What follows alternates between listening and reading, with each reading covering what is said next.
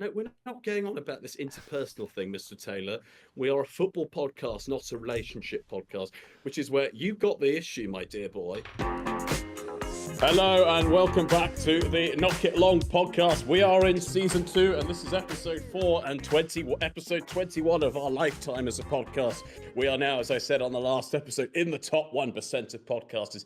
And I had a few people ask me, what does that mean? Well, let me give you some stats to start it off. A startup podcast, the first, typically 90% of them die in the first 10 podcasts. And then of that remaining 10%, another 90% of it will finish in the 10 to 20 episode bracket. So we are now beyond that. We're in episode 21. So we're in the top 1% of podcasters, wherever this operation ends up going over the coming months or so forth. We're in an elite group of people. And that's where we hope our football clubs will go. I'm joined by Mr. Taylor this evening. How are you? Hello, Tom. Yeah, that is an interesting stat. We aren't joined by Dr. Pemberton. Last week he left halfway through. This week he's not bothered to show up. So, as the CEO, what do you feel about that? I have to be careful what I say because our mythical podcast unions may be listening, so we have to be careful what we say live on the podcast. And we're going to start off the episode today by looking at Liverpool and the progress they've made there with Manchester City. And we're also going to reflect on Manchester United hitting a little bit of form under Ruben Almiron, following on from the Ruud Van Nistelrooy era, who will also touch upon his joined Leicester City. Chelsea are making some good inroads, and I think quite silently doing pretty well, despite Maresca ruling them out of the title race. And then, of course, we will talk about Arsenal, because Arsenal always seems to get mentioned in this podcast because one of the people who's involved is an Arsenal fan.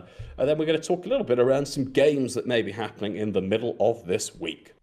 So, Mr. Taylor, what were your reflections on the weekend's game? Let's start off with Liverpool versus City. What a week for City. You know, 4-0 last week against Spurs at home. Probably the worst defeat of Guardiola's career. I didn't even know the final result until I went to bed that night because I saw they were 3-0 up. And then I checked back and was like, oh my goodness me, what happened? And then 3 howling errors in that game, which saw Ederson drop today and Guardiola was dropped. And the final drew 3-3 at the Etihad or the Etihad. And then, today they just got absolutely... I mean, it was a classic Liverpool. I didn't quite know what to expect today with Liverpool, whether they were going to come really a bit like Klopp against City over the last few years, like really come out aggressive, or whether with Arne Slot they play a little bit more relaxed, a little bit slower, a little bit more building up more steadily. And they came absolutely flying out of the traps in the first sort of 4 or 5 minutes, and it looked like only one way, and it could have been 4 or 5-0 within the first 20 minutes. Then the game settled down a little bit. City were a bit better in the second half.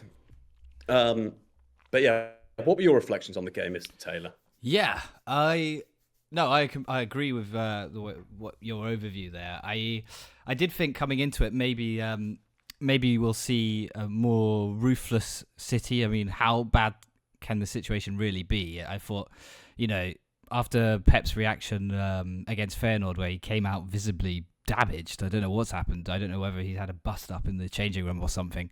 I thought maybe there's surely going to be a reset, but this really confirms that they are in deep trouble now. I really can't see where they're going to go from here. I mean, as Pep did say before the match, he said this will pass. This will pass, but I'm not sure where it is going to pass. As you say, I can't even think of an opportunity they had in this game. Haaland had one attempt from the edge of the box where the ball just fell to him, fortunately. They didn't create anything. They're relying on Rico Lewis in midfield, who is extremely inexperienced. There's some decision-making. I don't quite understand why Kevin De Bruyne was on the bench, because he is fit. I don't know. I mean, where there's, with these big clubs who are so used to performing so consistently, when there is a crisis underneath, such as toxic relationships, bust ups, it does reflect on the field, and I think that might be the explanation for what's going on now. I don't believe it's all Rodri. But yeah, as you say, Liverpool were too good. Salah is immense. I mean, you give the ball, you just pump the ball to him and he'll keep it and create something from nothing and cause havoc. And that's exactly what he did. Oh, so he was wonderful today, Mo Salah. Yeah. In the game. I mean, that's probably a question we should ask: is whether, if you're Liverpool, right? There's these three major players that we all know that are coming up to their contract at the end of the season. Major players were part of the Jurgen Klopp era. Mo Salah joined in 2017. Trent Alexander-Arnold's obviously a youth product, but looks very probable that he's going to Real Madrid. I know Van Dijk is in contracts, but we had the Salah interview after the game last week.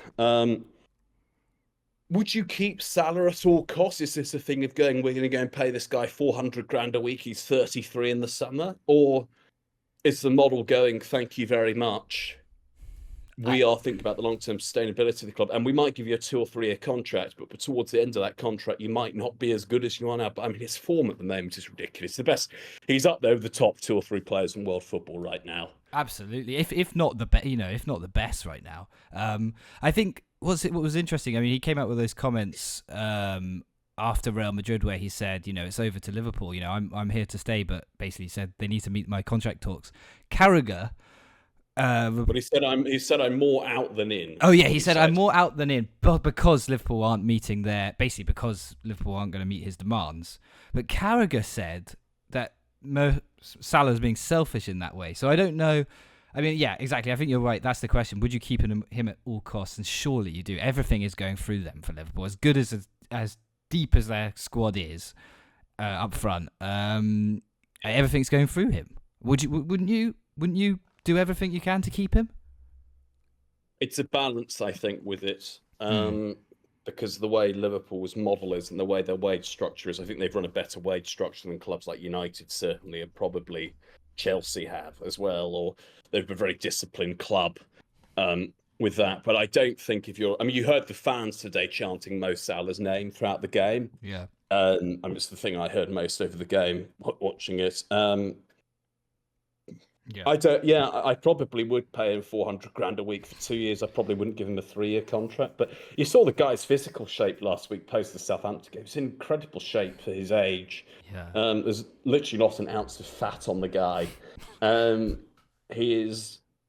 I think the fact of where Mo Salah has never been his Liverpool record is outstanding. The fact he's not been closer to some of the Ballon d'Or conversations is surprising, given how good he is. Well, I guess last year he wasn't as impactful, was he? I mean, I was thinking actually earlier about. I remember that I just thought he was done. I remember his argument with Klopp on the sideline, and I didn't know where he would fit in really going forward. But he feels like a totally renewed player, and I don't know how much of that is down to Arne Slot. I mean, even say that though, I look at his stats last season. He had 28 goal involvements in 32 games. I'm just looking at his Premier League record right here. It is unbelievable, really. It's, I'm trying to get his total stats for his time at Liverpool, but I mean, he's remarkable. Yeah. But but how much, like, he does make? I think he's had quite a bit of PR sort of talk. I don't know, PR tactics, because he's saying, I love Liverpool and more in than out. I mean, more out than in, but he loves Liverpool so much and it's really over to the club. If you're demanding 400 grand a week, but does he really need to demand that much money if you love playing football for a club so much? I'm just going to give you a couple of stats here, right? Liverpool, 224 goals in 369 games. 166 goals in 263 league games. I mean, the stats are, he pretty much has a goal and an assist a game. Yeah, that's top. Like, you look at the stats, you talk about goal scorers, right, and their position. I mean, his Liverpool stats are absolutely remarkable.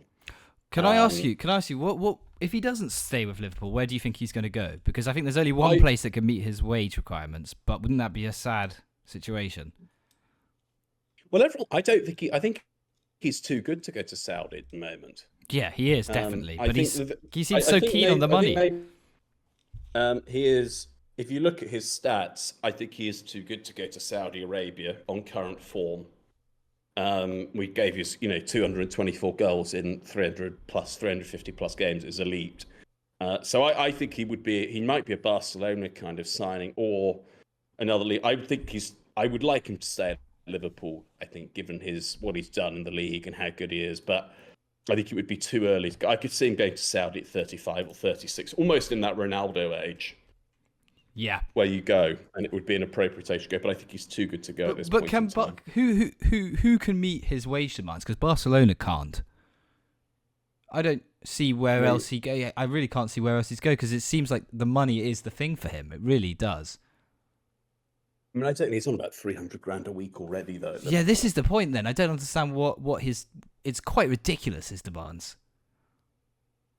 Well, it might sound ridiculous, but if you're doing what Kevin De Bruyne is on 450 grand a week. Is he really? Actually, that's a good point. So if you look at the current demands, Bruno Fernandes is on 300 grand a week. I think Bruno will talk about it a bit later. But I don't know. There'll be a couple of Arsenal players who are on 250 a week. Yeah, 250, but I mean that's reasonable. That's reasonable.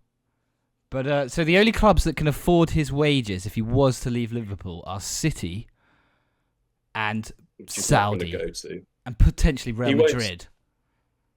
Yeah, but Real Madrid don't need him. They've got Mbappe, Bellingham, Rodrigo.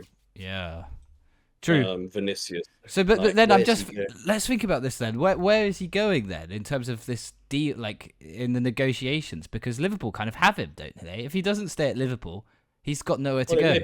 Maybe it is Saudi then that he goes. That would be such a as you say, that would be a real disappointment. And I think at 33, after just being the top scorer in the Premier League, disgrace. Let's also go. Let's look at the other stuff though here beyond. So, what are your views on Van Dijk and Trent? Trent and Van Dijk. I mean, Van Dijk today was incredible. The way he just dominated the air. Every ball that came in, he was ahead. He was first to it. There was one ball over the top where Haaland was in, and Van Dijk. He's just so good with his feet, as well as being like a physical monster. I remember a couple of years ago he was unstoppable. And I think since then we've seen a couple of situations where he's been found out a bit. I don't think he did make the error today as well, by the way. Yes, that's true. Yeah, because it was very funny because Carragher and Neville were talking about it. Was Neville at the time was talking about him being man of the match, and then he literally slipped on the ball. And then, by the way, Kelleher he's so underrated. Like he's a top six keeper. I think how good he is, how steady he is. I think if you're Chelsea, I think. Whoa. And your Sanchez is not brilliant. You look at that. I look at the other teams. I think Arsenal are probably quite set with Raya, City. Yeah. Maybe City even, but I mean Tottenham maybe. Well, can I ask you that? If you're on a slot, then what do you do when Alisson comes back? And I think he is. He's already said Alisson will go straight back in goal. But then isn't Alisson leaving next year? This is his last season. Well, they've got I don't know. Oh yeah, they've 31 Alisson. They've got Mamanashvili coming in, the very good young goalkeeper from Valencia. Poor guy, Keller. So it's either Keller and Mamanashvili go. I mean, they probably get 50 million for Alisson as a goalkeeper. Or he goes back to Brazil or something. I don't think he goes back. He's not staying. I don't think unless he could go to Italy. That's where he came from. He could go to. Maybe he goes to PSG or something. Donnarumma's regressed me as a keeper. Yeah, he since the Euros, he's not been ideal. But what a shame for Kelleher. Yeah, well, I think he will go. I think he's certainly a top 10 goalkeeper. I tell you what, if he's in an Arsenal's team, Arteta's would have kept. He's also very good with his feet as well. He's very good with his feet. It's been a surprise. Yeah. If I were him, Chelsea. If I were a club looking at kind of a £30 million goalkeeper, Chelsea would go. But they've got all these other keepers in Brazil. They've got this guy Jorgensen who's supposed to be very good, and up and coming. So, yeah, you kind of look at this and go. He's got himself in a pickle there. Someone's going to get upset. I mean, I believe in meritocracy. I don't believe that you should be invited to events based on your income. I believe based on your value, and I think that if he's in Arteta's side, which is the stalwart for meritocracy, he would stay in the side. But Do you think Liverpool, Keller's a better goalkeeper than David Raya? no. But if he performed as well as he has done, I would be. I Yeah. wouldn't. I would be sad to see him drop to the bench. I think he deserves to stay in. I, He's also played phenomenally he's for Ireland. yeah, he's a very, very good. He's 26. He's a very, very good goalkeeper. Yeah, yeah, I'm trying to think of other teams. Brighton have got Verbruggen, who's a very good keeper. yeah. Villa have got Martinez, who's not going to go. He's very good. Although Villa Having a horrible show. Villa have fallen away a bit. Really now. bad. They've not won in 5 now. And well, I think it's European football. It's the classic thing that teams struggle to balance with European football. Yeah. And they haven't got the squad either with it. Yeah. They've got very good players, but Emre's a very good coach there and deserves time. What about Trent? I think Trent to me looks like the one. I think Trent and Salah look like they're going at the moment. Trent, I think, will go to Real on a free next year. Also, they need a right back, Real, because they've got Carvajal. Yeah. And I mean, Trent would be unbelievable in La Liga. I mean, he's unbelievable in the Premier League. But I see Trent going to Real. And also, he's rejected supposedly multiple contract offers, and there doesn't seem to be any. I think there seems to be an acceptance from Liverpool there. They've also got Conor Bradley there as a good right back as well, so they're probably better covered there. I don't think Liverpool can lose all 3 of these guys. I think my prediction is Van Dijk will stay and the other 2 will leave. Yeah, I mean it's an odd one with Trent because I mean he's a local boy, isn't he, as well? So and Liverpool just kicking off again. I mean I've seen him being visibly frustrated when he's been taken off around 70 minutes for Conor Bradley. So I don't know if that's part of it, but he starts in pretty much every team. Yeah, he's easily. Actually, can I ask you? I mean, he's not great defensively. I think today when Docker came on, he kind of showed him. It was okay. Showed him up a bit. Yeah. But when you've got Trent's output going forward, I mean, the guy is a guy who get you 15 goal involvements a year, probably 5 goals and 10 assists. Yeah, that's true. And he can also play in midfield as well. I mean, not under Gareth Southgate, but we saw that with Klopp, and I mean, it's kind of changed. The one thing, my last point on, well, I think let's close out this segment on Liverpool and City. We'll do a little bit of a quick thing on City, just on their next fixtures. But I think let's close out the argument on Liverpool. Liverpool are the standout team in the league at the moment. I mean, they've dropped 5 points all season. They've lost to Forest at home, but Arne Slot is it's a real lesson in content because they bought Chiesa, who I don't even know if he's kicked a ball for Liverpool yet. Yeah, that's an interesting one. Yeah, but they kept the very same squad. They're very calm. He's a much calmer presence than Klopp on the touchline as well. And I think he has done, and also in the Champions League as well, they've done very, very well as well. So I think it's a real credit to Arne Slot on the job. And I'm doing this as a United fan, who live there. Liverpool are our biggest rivals, and just every challenge they've taken, the way they came to Old Trafford, dismantled, the way you look at the last week of results, they've beaten Real, they've beaten City, they've kept clean sheets. They're also very good at closing games out, Liverpool, and that's why on current form, I don't see any team. I think Liverpool are the 70% of it is Liverpool games. My hunch at the moment is 70% Liverpool will be Premier League title winners in May. And 30% Arsenal. No. But I would think there would be, it's whether they get any injuries at centre-back or anything that would change it. I think in midfield and attack, they're very strong. The only area that I looked at in that team today was you lost to Van Dijk, you lose a Konate, you've got Joe Gomez and Kwanzaa. Yeah, Joe Gomez is underrated. I think he's quite good. He's steady, but he's steady. But and against Simicast at left back's a very decent understudy. Or played quite a lot of games this year. Liverpool to me look very good. They could go and win. They look very strong. But again, look, football. We're only on December the 1st, right? Football can swing in roundabouts. With this, let's go to City then. I mean, I have. Pep Guardiola took over. Pep Guardiola has been an elite manager for 16 and a half years. And I don't think I've ever seen a Guardiola team in this kind of level of crisis. No. At all. I mean, 6 defeats out of 7.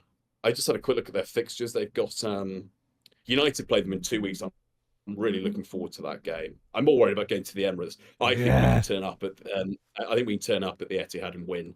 and also given that Almiron beat them earlier this season. Yeah. They looked very, and I don't think their squad depth is that good either. No, Like Rodri being out is big, but they were playing. I looked at their team today. They played Bernardo Silva and Gundogan there, Matthias Nunez. Nunez playing out of position on the left there. But he has played that a couple of times this season. I think that was also probably to double up on Trent and try and restrict Trent, which didn't work. But I thought, oh my God, Grealish played quite well when he came on. I didn't understand why he couldn't start him. Yeah, well, Doku, I always think is a very good player. Yeah, he actually was very good today, Doku. And he would have probably kept Trent back a bit further as well. But yeah, Pep, we've got some lessons for you, Pep. I hope Pep listens to this. They don't have a lot of depth on the wings. They used to always have really good wingers. They've got the Savinio guy on the right, who's their only real player. Bernardo Silva, I guess, can play there. I think KDB is another one that's off at the end of the season. Yeah, it does look like something's going on. They've got Forest, who've been okay this season. Yeah, punched above their weight at Etihad on Wednesday night. Then they go to Villa, and I think they play Juventus and United. And then I think it gets a little bit easier. But I mean, he said today in an interview, he said if things don't improve, he would leave, like Guardiola, despite we signed a contract 10 days ago. With it, but they're so easy to play against as well. They look shot of. It actually weirdly reminds me a bit of United had this run under Van Gaal. We didn't win in 8 or something back in December 2015 or something. And I remember that going to every game thinking we're going to lose every game. We'd turn up to Stoke and lose 2 or 3-0 or something. Just a very bad, just team was very lack. They look lost on confidence. Guardiola has dominated Premier League football. He's the dominant manager post Ferguson in the Premier League. The thing is with Ferguson and United, when they had these moments in 2006 or so, people thought the dynasty was kind of going. He rebuilt again and created a Champions League winning team, won 4 out of the next 6 titles or so, and probably could have won every league title. They lost on goal difference twice in that. I don't know whether Guardiola's ever had a test like this, and has he got the skills to turn this around? He's an elite man. He's an incredible manager. There's no taking that away. He's done an amazing job at 3 clubs. But there's that thing of being so intense with your players. He's been there this is his 9th season. And he's managing players that may just be a little bit older, managing some youngsters there like Rico Lewis. Gundogan is 34 now. KDB is 33, turning 34 this year. These might just be some players that Kyle Walker, he's getting beaten for pace by Timo Werner. I said it last week. City could be in real trouble for the top 4 this year because there's a lot of teams below them. You've got City and Arsenal. Arsenal have got back in form now and look much better with Odegaard. Chelsea are looking really steady and got these because all their players basically got 2 squads. They've got a fresh team pretty much every Premier League game because they don't play people like Cole Palmer in the Europa Conference. So I would say we're going to have a really interesting December. Look, you never rule City. I think they're out of the title race now. I think 11 points is done in that. Yeah. They're also in trouble in the Champions League group. They've got 8 points from 15 now. So it's not a... What? Yeah, they're lit. Yeah, so it's very it's very, very tight. And I think you've got United improving. Well, you're already on the bandwagon already. I can feel. One win. We'll come to United. United. Sure. Okay. Let's jump on beyond City anyway. We'll do a quick. We're going to do Arsenal a bit later on United, so we don't want this to be a. But obviously a very good result yesterday against West Ham. Can we do your thoughts on the game? Oh, we can do it. We can. You're allowing us to do it. I'm allowed to have a couple of minutes on Arsenal. Well, as is deserved. I think Arsenal, the first 30 minutes was I would say is probably the best any team's played this season. It was incredible. I think every decision that everyone made was just amazing. Saka showing why he's England's best player. Very much like Salah, actually. You pump the ball wide to him. He's got such good control. He'll keep it, and he's so strong that he'll keep it and then create something from pinning the fullback back cutting in and bringing it to Odegaard. I mean, exactly. Odegaard's back. This is the thing. The connections and the combinations are, everyone believes that they can make runs now. Odegaard is back. But also, I think pass of the season to Trossard. Trossard's ball over the top for Havertz's goal, for the fourth goal, was just amazing. Trossard is a player that I think is always comes in handy in the season. I wouldn't sleep on that guy. Top player. I think we look really good. The West Ham's 2 goals were more individual brilliance, really, than any sort of Arsenal collapse. But we just look. I'm very confident. I said it last week. And I said it today in our chat. I think Arsenal will win the league. Based on the performance today, I'm honestly not that convinced by Liverpool. I just think one injury to a 33-year-old Salah, there is a high chance of that happening, and I don't think they can sustain what they're doing at the moment. But Arsenal have had against Sporting we had 5 different goal scorers. Against West Ham we had 5 different goal scorers. So the system is clicking big time. We're not relying. I know we are relying on Odegaard a lot, but we're not relying on individuals just for the goal contributions. So I'm very excited to play Man United next week. Oh, actually on Wednesday. Wednesday night. I think it's Amazon Prime game. It's the Amazon Prime game, isn't it? I think they normally do. Pretty sure it's 4K? Amazon. Yeah, it's pretty sure it's the Amazon Prime game with United. I don't know. I'm planning to watch it with another member of our podcast, Doug. Actually, okay. We're going to go and watch the game. I think on Wednesday. But can I ask you, as the most anti-Arsenal person probably ever, what would you say? Well, I mean, are you not? What you really don't think the title has any chance for Arsenal? And no, I don't. Did you watch Arsenal v West Ham? I did. I watched 60 minutes of the game. And were you not blown away? Were you not? Yeah, I have to say, I thought the result at Sporting was very impressive. Although I think they're suffering without Ruud. I think they're suffering without Ruben Almiron on there. They've lost their star man really, and they had a team that was punching and playing above their capability. It was still the first time they've lost in 14, 15 months. Yeah, look. Yeah, I mean, it was a very good result. I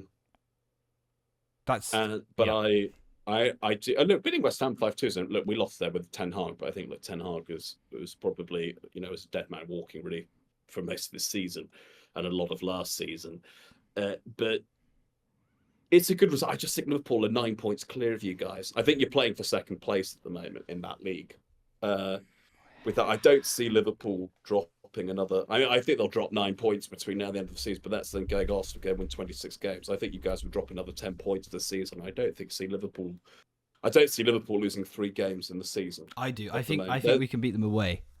I think Newcastle away will be actually a test for them because Salah came off 10 minutes early. Can he recover? He's 30. He is 33. I know you said. I know you had a good eye on his 6-pack. You were telling us earlier. But his abdomen, he's a very nice abdomen. But it doesn't necessarily. I mean, I don't think he's going to hold it for the whole season. He can't keep this up. Liverpool actually haven't played a game without him yet. I would question that. You look at Salah's stats. This is a guy who could go and get 40 goals this year. He might be 33. Well, let's see if he performs very well on Wednesday after 3 games in 10 days. Playing 80 minutes and all plus, then I will tell you that the league is wrapped up. I think they will drop points on Wednesday. You heard it here first. Let's. I mean, there would only be 7 points, and that's assuming you go and beat United. So I think that's almost a given. But yes. Okay. Not to be rude, but I do think that is. We'll preview Arsenal United shortly. Let's go to United. Let's go to United then. Did you watch hang on? Ramsdale's thing? Sorry. Can I just? Let's go to United. No, thank you. Oh, go on. All right, go on. Give us 30 seconds more of Arsenal delusion winning the quadruple. Well, Newcastle. So Liverpool play Newcastle on Wednesday. Then they have the Merseyside derby early kickoff on Saturday. So they've played Real Madrid, Man City. Are they home or away though for that? Away on both games. It's the last Goodison. I watched Everton today. They're very average. They don't have much of a goal threat. But I think derbies, I feel like sometimes, they're just sort of separate independent games. Form doesn't really make that much difference. I know it kind of does, but sometimes it doesn't. Especially the last derby at Goodison Park with the fans singing about toffees or whatever they do, but seriously singing. It'll be their final game that they play, by the way, against Liverpool at Goodison as well. Exactly. Yes, exactly. So there's a lot of meaning there. Dyche will let them know about that. So they play Newcastle away on Wednesday. So they travel up north. Then they play Everton away. Then they play Girona on Tuesday. Okay, that should be a given for them. But I think if they get through Newcastle and Everton, then if they win both those games, I'll say it's very difficult for Arsenal to win the league. Very difficult. But I do think that is a big test. 4 games in City. Reminder: Madrid, City, Newcastle, Everton. That's an intense 4 fixtures. They can drop points there. But this is a team that's come through and just beaten Real Madrid and City. Well, well, this is the test then. This is the test. I agree, but I think a fatigue. Surely Salah can't last this long. Surely not. Yeah, but they've then got other players. They've got Nunes. They've got Jota. I mean, their depth, as we talked about a lot of this time this season, is so strong. It is strong. So before we move on to United, then what's your prediction? Liverpool, Newcastle, and Liverpool, Everton. Just quickly. I think they'll get 6 points. They play Tottenham. They play Tottenham on the 22nd as well, which is another game. That's a game. Tottenham turn up for these weird elite games. Got United at the. They've got City away to play. They've got us to play at home. I think on the balance of evidence at the moment they're very, very, very, very strong. At the moment, they've also got the best defense in the league by margin as well, which plays a big factor in this. So, okay, look, we shall see. With that, Manchester United actually the second best defense in the league as well. Despite all the stuff that you throw against Smith. Well, anyway, let's move on to let's move on to Manchester United. Right. The team, the Ruben Almiron machine. Well, it's a bit better than last week when we chatted about it because Manchester United drew 1-1 with Ipswich last week. The doomsday things were out. They beat Bodø/Glimt in the already. People are going writing it off, and look, 7 goals and 2.5 days later, things look a little bit better at Manchester United. With that, so they beat Bodø/Glimt 3-2 at Old Trafford on Thursday night. Bodø/Glimt, interesting club as well. A manager there who has declined a lot of senior jobs. He declined jobs in the Premier League. He declined roles at Rangers and Celtic. Has stayed very loyal to the Bodø/Glimt project there, who are a team who dominated Norwegian football over the last 5-6 years. So not claiming an incredibly impressive result, but they did win that game there. Rasmus Højlund scored a couple of goals there. And then they played Everton today. And a very rotated side as well. They made 5 or 6 changes to the team there within that and won 4-0 today. And what I think is a good stat is that in the last week of the 8 goals that Manchester United have scored, they've all been scored by attacking players. Within that, Zirkzee today got 2, which is great. He's been heavily criticised become a little bit of a meme. It's very good that nice to see him heading a little bit of form, scoring a couple of goals, taking a little bit of pressure away. And, United have had a little, I'm not saying it's great, but they've won 5 of their last 7, unbeaten in 7 games now.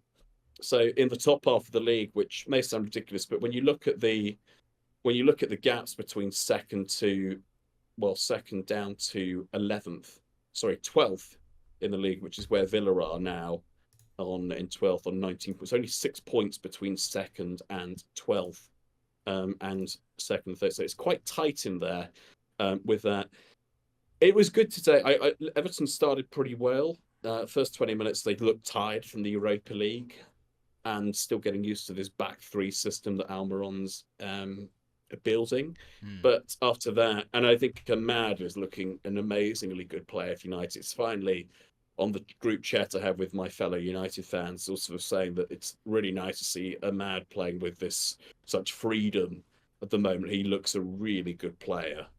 Now, Bruno Fernandes, again, a guy that people throw a lot of stuff at. 13 goal involvements this year already, 4 goals and 9 assists. And this is a guy who really hasn't hit form until Ruud van Nistelrooy was there. So Bruno's starting to turn up. We have the second best defence in the league.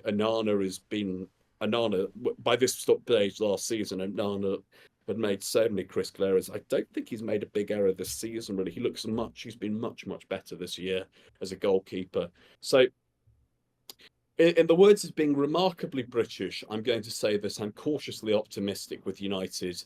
I wish we were playing Arsenal in another week, because I think another 2 games of this would get the team going. We do have a couple of key players out. Martinez is out for the Arsenal game. Mainu is out, although he's only just come back, first game in a while. And he looked a little bit rusty today. But I think things are moving in a good direction and I can see what he's trying to do. The players are pressing. I mean, Rashford's on 7 goals now this season, despite a lot of people writing him off. So it's nice to see the strikers scoring, and Garnacho's got 8 as well. Only 4 in the league, that is, for Rashford. That's 1 more than Gabriel. He's not on fire. No, he's not on fire. His goals today weren't clean either. They're both deflections. Well, football is football. It is. And we're going to funk you next week. I mean, on Wednesday. Playing football. Well, let's see. I wouldn't be so sure. I think it's going to be quite... I think you're the favourite, certainly, for the game, but I think it will be... It will be closer than you think. And can I... the way United rested a lot of players as well today. They rotated a lot, and that's what he's doing very well. We've almost got... Because the number of players now who are fit and playing, we almost have a full-strength squad back again. The only player that's not really played is Lenny Yoro. But everyone else is kind of fighting fit and back. Okay, Victor Lindelof is out, but I mean, he's like 6th choice centre back. Can I ask you then on that? Then who do you, from these? I know it's very early stages, and given the system that he's been playing, I mean that you've mentioned, but who do you think are going to be his consistent flagship players this season that he'll pick everywhere? Who are his first players on the team sheet? Do you reckon? Is Rashford one of them? No. I don't, you don't think so? I don't. Rashford's very hard to know on. I don't know on Rashford. I would say, in answer to your question, Onana is, because we don't buy into as our backup goalkeeper. Same at Arsenal, you don't really have a decent back. Neto, I mean, he barely plays for you. But Mazraoui will play that because he's just been elite. He's been incredible. I mean, for £12 million, he's been. I mean, he went to West Ham. He has been a great signing. He's so solid at the back. Does everything. Yeah. He's a guy that gets you 7 out of 10 every week. He was taken off. De Ligt and Mazraoui were taken off for 55 minutes or something. They were taken off to be rested for Arsenal. Interesting. So this is your sort of biggest game of the season. Martinez got suspended, so it was almost like, well, let's make Martinez play the full 90 because he can't play until next week when we play Forest. Yeah. Who else? Agate will definitely be there. Is he a first name? Is he your first midfielder on the team sheet? Agate, is he? Agate, Bruno, Mainu are your three midfield, I think. Yeah. Are your three. Mainu's got to get back to fitness, so Mainu's out with suspended for the game. He won't play. Martinez will play. I think your back 3 is Martin. Well, I don't know with Mazraoui. It's an interesting one. Mazraoui's always become now another centre back option, which I wasn't really aware. He's played as a number 10 left back, centre back, and right back this year, so he's played everywhere. I think your back 3 at the moment until Lenny Yoro gets up to fitness, who I do think will be immense when he is. Hopefully, we see a lot of him in the second half, and he is now training. We have a fully fit defence, really. I mean, okay, Lindelof is out, but Maguire was back as well today and got half an hour. I think it will be interesting. Bodo Glint had a lot of success down the sides against United on Thursday night, and I do think Arsenal will cause problems down there, with particularly on the right hand side. So Luke Shaw is back as well, which is good. Will Shaw be back for that? Saka v Shaw. I think Luke Shaw will play left centre back. Wow. He does what they're doing is they're playing Shaw as a left centre back, so I think they're trying to keep him fit but not having to do all the running. So Delone will play left back. Havertz will dominate Shaw there, I think. I think you'll see my prediction team of United, if you were asking, would be Anana, Mazraoui, De Ligt, Shaw, because Shaw's now come on and played 3 sort of lots of 35 minutes. What I do like about Almiron, he makes subs really quickly. Yeah, this is good. This is true. Right. Yeah. And the other thing as well is and this apparently compared to Ten Hag, he is apparently coaching the United players every opportunity. So today, pre the match, they were having very structured training, and he was doing the same before the Bodø/Glimt game. So he is using, because obviously, right, these guys, tomorrow will be a rest day for a lot of the players. Tuesday will be match prep. Wednesday, we're in London playing you guys. We're in London. And then, and then we go to, then it will be Thursday, rest day, Friday, prep, Saturday. The games are coming thick and fast, right? So there's not a lot of time. He's played 3 games in 6.5 days. Some of us are in more competitive competitions than others. So I think, look, predictions would be Luke Shaw left back, Delone would play left wing back. Ahmad would play on the right full back, right wing back. Then we have Agate. God, I don't know. The midfield's an interesting one. Well, you've got Bruno, Agate. Well, we play. It probably is Bruno and Agate. Was it Casemiro again? Won't it be? Well, maybe we do go with Casemiro and Agate, and then you've got Bruno and Garnacho, or Zerski's played 90 minutes today, so I think Zerski will probably play next weekend. It will be Højlund up front, I think. Really? Well, you need, but the thing is, right? We play. I can see you've got 2 very physical centre backs, right? And Gabriel Magaluf. Very good centre backs. And Gabriel Magaluf and William. They work incredibly well together. Not just physical. I mean, Saliba, he's got the best feet in the league in terms of centre backs. So, I don't know. I think it will be probably Højlund will start. So but I think it's gonna be a good game. I think Arsenal will win 2-1 is my prediction. But I think it will be. I think you're going to see United be. It will be a good reflection of United, and if we could get a result at the Emirates or surprise you and even win, you won't. It would be a fantastic result. You won't. And hello. Yeah, hello. I'm still here. You won't. Yes. That's fine. I mean, this is how you cry yourself to sleep at night. I'm very relaxed. You guys are the big favourites. You guys are 80% favourites. I do. My concern. 80%, I think that 80%. I'm going to play Fergie Tat. You're favourites for the game, right? Well, in midfield, I think midfield is going to be the battle because we've got Marino and Partey out. So Jorginho's come back in, but he's been an absolute masterclass. Jorginho's everything Casemiro wishes he was. Casemiro wishes he was Jorginho. Jorginho is absolute tempo player and one of the cleverest players you'll see in the Premier League. And I'm a bit anxious about him playing in midfield, but he dictates the tempo of the game. He's a clever guy. He lacks pace. Like they're very similar, him and Casemiro, but Jorginho is a lot further ahead. Well, I mean, Casemiro's won 5 Champions Leagues, so let's have a little bit of respect for the guy. He will retire. He's been okay this year, but I think let's see where the game goes. I think it will be. I think if United are in the game at 20, my concern would be: do you do what Liverpool did to City today? You blow them away in the first 20 minutes. Yeah. If United can stay in the game, we've got a lot of players that can cause you problems. Not in sure. Our squad. I'm not sure. We're a welcome.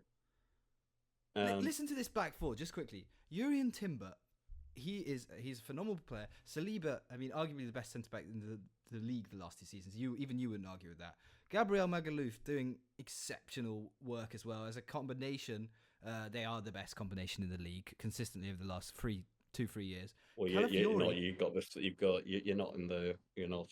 that.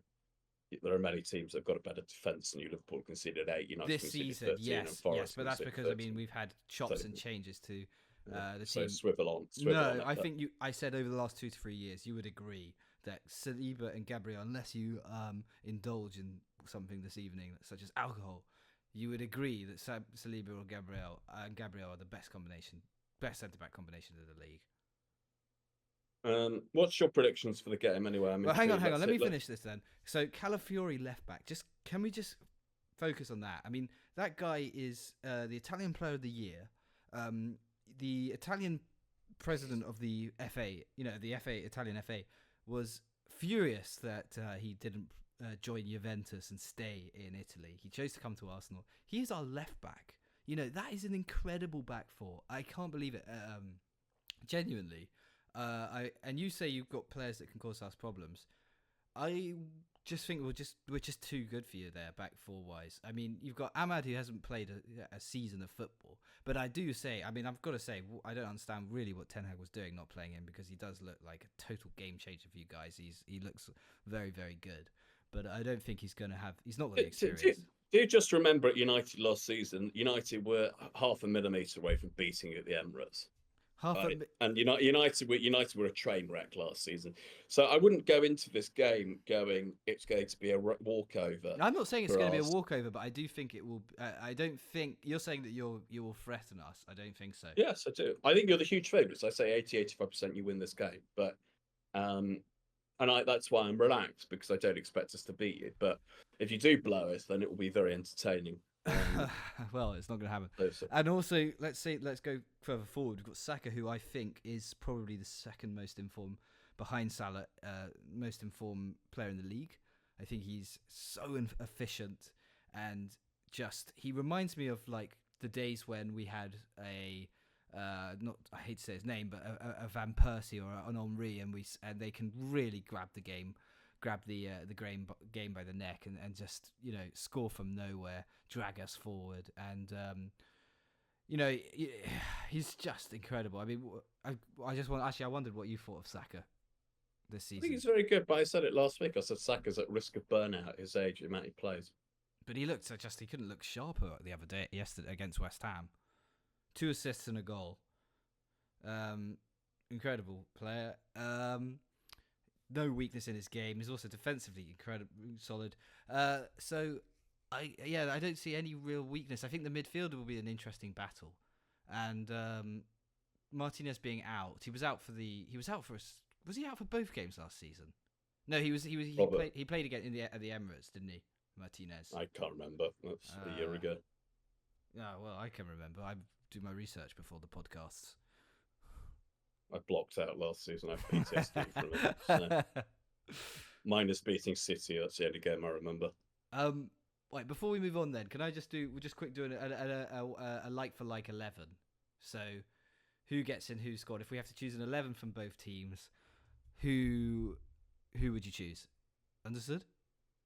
Yeah, I'm not daft. I can understand a combined 11. Yes. Raya versus Onana.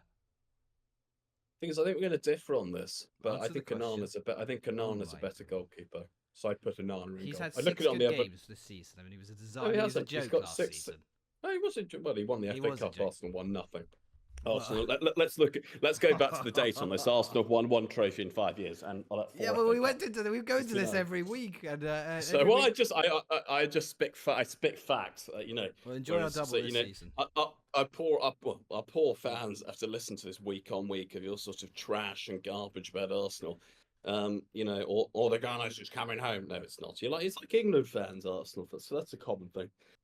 Anyway, Onana for me in goal. That's ridiculous. You're going to be laughed off the podcast by the listeners. That's fine. Laugh me off. I'm the CEO. I run it. So I'm giving that to Ryan because you have no sort of factual or statistical base reason for that. It's utterly ridiculous. Right, let's get. I mean, you're going to go 11-0 Arsenal. No, I'm not. I'm doing totally non-bias. Okay, well, let's see. Right, next. Okay, Raya. So, right back. Yurian Timber versus... Mazraoui. This is good. You say Mazraoui? He's arguably been signing the season. I mean, name me a game where he's been... Well, I'll just say, Timber, it doesn't put a foot wrong ever. Timber spent last year on the... ACL injury, for God's sake. So no, I'd actually call that a draw. I think Timber's very good player. I'm looking for. I'm going to make a note now to ask for your comments on Timber after this game once you've had a good look at him, because I think you'll be really impressed by him. He reminds me of like a sort of Seedorf. He reminds me of Clarence Seedorf. If Clarence Seedorf played right back, he's got this amazing calmness and incredible physical it is Amazon Prime. Who is? Amazon Prime is showing the game on Wednesday. It is one of the two prime days this season. Okay, but anyway, okay, moving into centre back then. So we've got Saliba. Well, this is an absolute given. Should we just move? Saliba and Magaluf. Well, it would be Saliba is better than De Ligt. I think that's fine. We can take. I'm not going to bother arguing with that. Yeah, thank you. Yeah, Martinez v Magaluf is a closer battle than you think. I'm going to go Leacher. Sorry. Oh my god. I mean, he played Gabriel played every single minute of the Premier League last season. I mean, Gabriel Magaluf is named after a university student's trip after their A levels. So, even though it's Gabriel Magaluf, but well, he scored more. He's the highest scoring defender centre back in the league this season, last season, and the season before that. That's true. Check that out. And the most clean sheets last season. So you're either how much have you drunk? I don't know, but you either very. I've had one count on hells. I'm very sober. Well, you're a lightweight, so then that's insane. I'm sorry, I can't have that. Okay, over to left back then. Calafiori versus Luke Shaw. Go on then. Hello? Well, it's really Delow because Calafiori, Shaw hasn't played much since Delow is very present. I would say he's a good player. He's a good player. I do like Calafiori. I'd probably put Calafiori there. Okay. And then we're moving. Probably surprising. A fit Luke Shaw is a very good player, but we haven't seen enough since the Euros. That player. We've not seen that since Euro 2020. Sorry, Euro 2020. He had a very good season actually in 22-23, but last year was mixed. He's looked quite steady since he's come back at centre back, so we'll see what happens on Wednesday night. Yeah. Okay. Into midfield then. So we're going from the base of midfield. We've got Rice versus Ugarte. Next. Yes, I think that's straight. I don't rate Rice as highly as you think he is. I think he's a good footballer, but for £110 million or whatever you paid for him today, like robbery, West Ham. I think he's a good footballer, but I don't think I'd probably give Rice that on the others. But Ugarte is serially underrated as a player. You look, he's got the highest breaker, he has the highest tackles in the league, in the league this season, and in France last year, and in Portugal. Yeah. Well, and in the Premier League this year. And he's a poor man's Mourinho. Mourinho had the most interceptions. He's not. He is. He is. Okay, fine. But actually, the thing on Rice is, I feel like he's been found out a little bit. I think on the ball he could be a lot better. Off the ball, he's very good. He's very good at breaking up play. But yes, okay. On to attacking midfield. This one. Odegaard versus Bruno.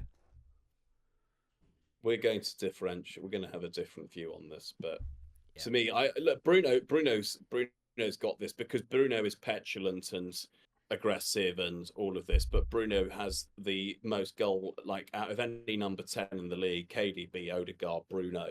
We look at any of those three, Bruno has by far the best stats out of any three goals involved. He's got nearly 200. Are you talking since he's been playing in the Premier League? Because Odegaard did have more goals and goal contributions than him last season.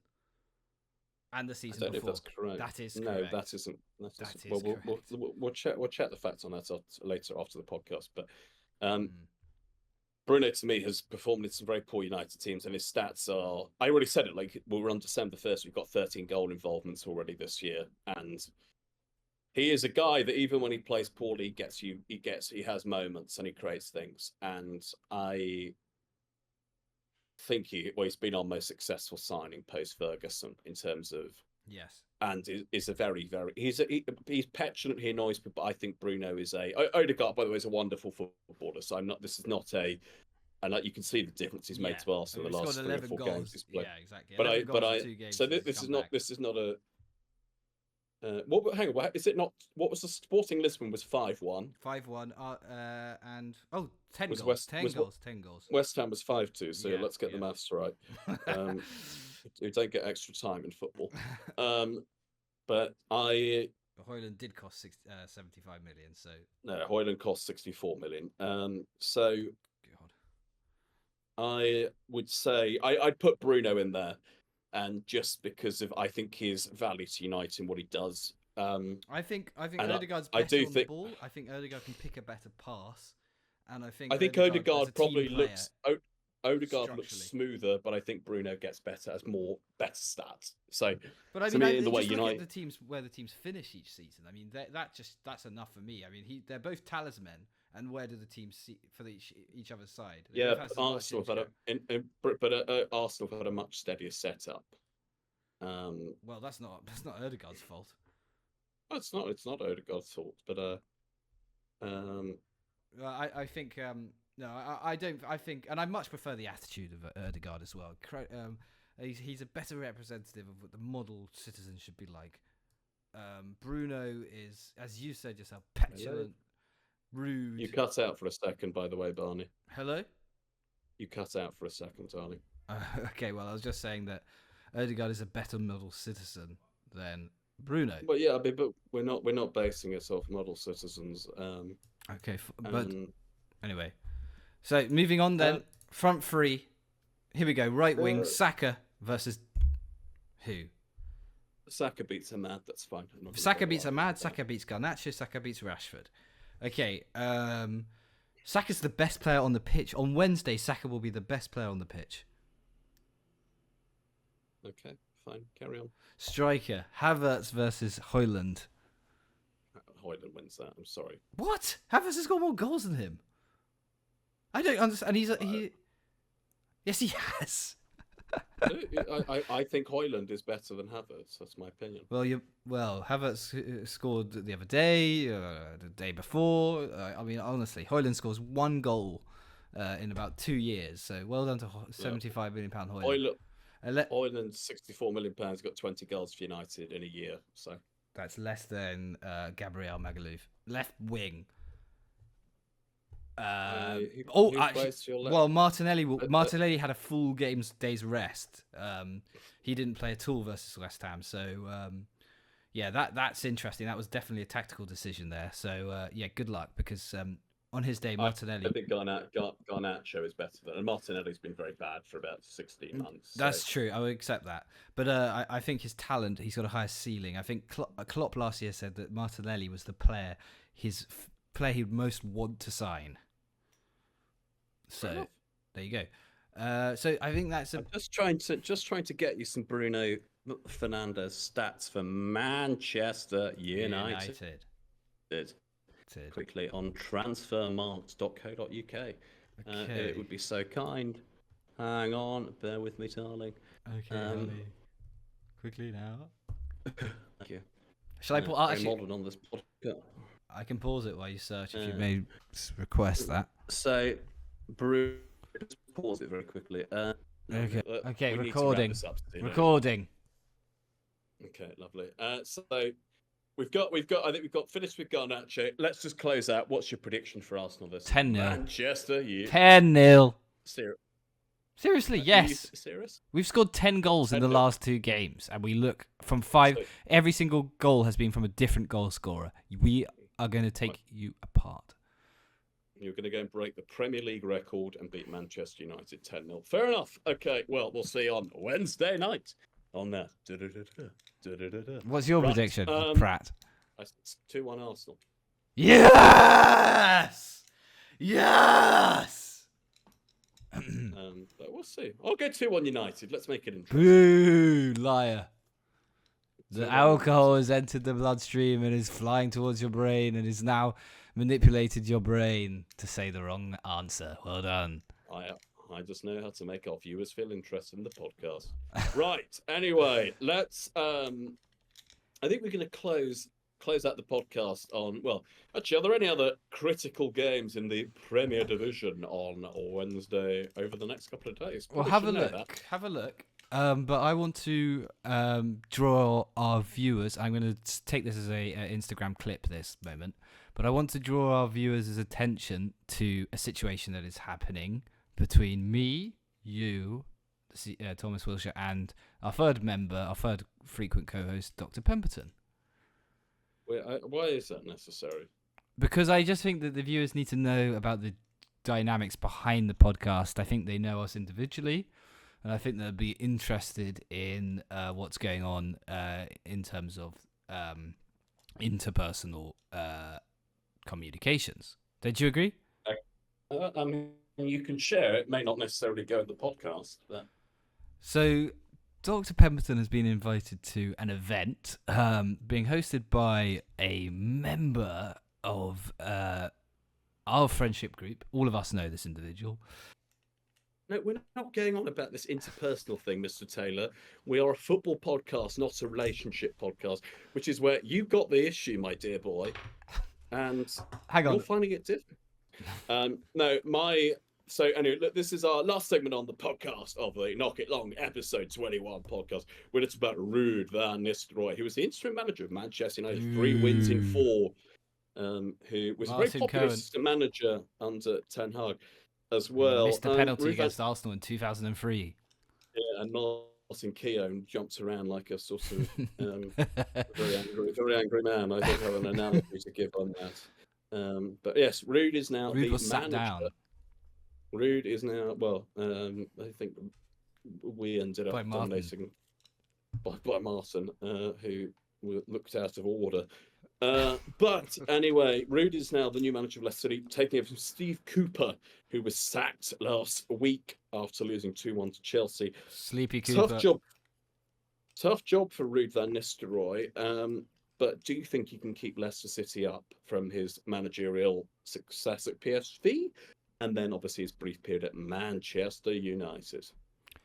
Well, he had a reasonably good showing at PSV when they did in fact beat Arsenal. Then his stint at Manchester United as interim was successful. I think when I heard the news, I did think that is actually a pretty reasonable signing.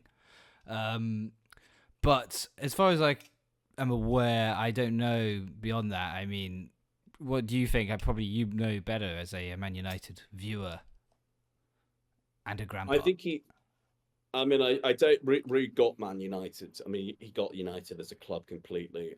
So would you have liked to seen him stay on then? I'd like to see him stay on at Almonds, but I do actually think he was too good to be an assistant coach at United. And he's one of my favourite ever players. And I was very happy watching him, like in the final games. It was like a real nostalgia moment. And much more successful than some like Freddie Ljungberg, the Calvin and Klein model, managing Arsenal for a couple of games before Arteta came in. One win and one draw. Unbeaten. No, he lost. He lost actually, Ljungberg. No, he didn't. Yes, he did. No, he did. Actually, he may have lost against Aston Villa. I think you're right. He lost 2-1 at home to a team. I can't remember, but he did lose. But I think Ruud is good at getting the players motivated. I think Leicester's squad is limited, but they've got some good attacking players in Mavadidi and Buonanotte. They've got Vardy as well, who's obviously been prolific in the Premier League. They've got 140 goals in total. There is enough there that I think Ruud has the capability. And I think there are some weak Southampton, I think, will go down, as I've said repeatedly.